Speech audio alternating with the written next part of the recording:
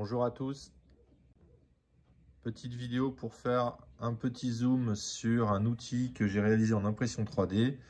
Cet outil, c'est un support de fer à souder qui permet l'insertion des inserts à chaud.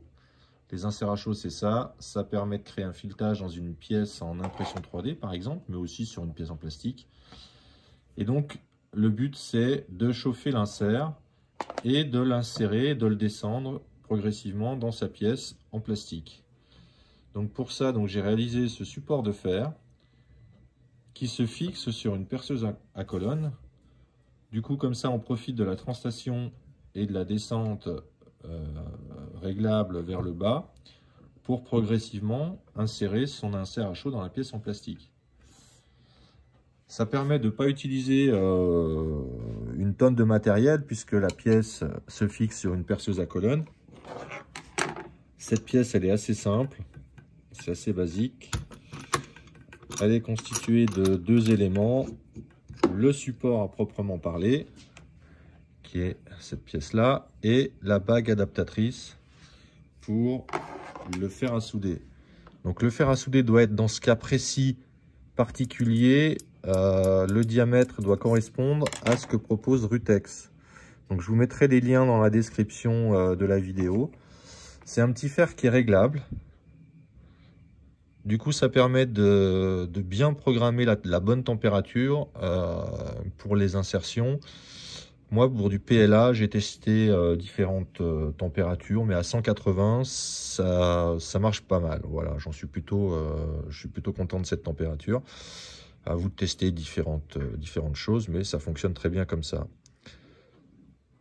Il y a juste deux fixations de chaque côté pour l'avant de la bague et un boulon que j'ai coupé et que j'ai utilisé pour la fixation dans le mandrin. Diamètre 10 ici. Il y a un écrou ici et un autre encastré là. Si je desserre ça, je vais pouvoir dissocier le fer du support. Voilà. Hop. Donc la bague, c'est une bague fendue qui permet de passer le fer. Le fer, lui, est caoutchouté sur cette partie-là, donc ça adhère très bien. Il y a le jeu nécessaire pour pouvoir serrer correctement le fer dans le support. Là, j'ai mis un petit tampon en feutre, mais à la limite, il n'est pas nécessaire. Ça permet d'éviter que ça glisse, mais bon, ça marche très bien sans.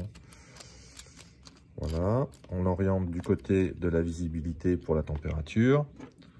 On serre.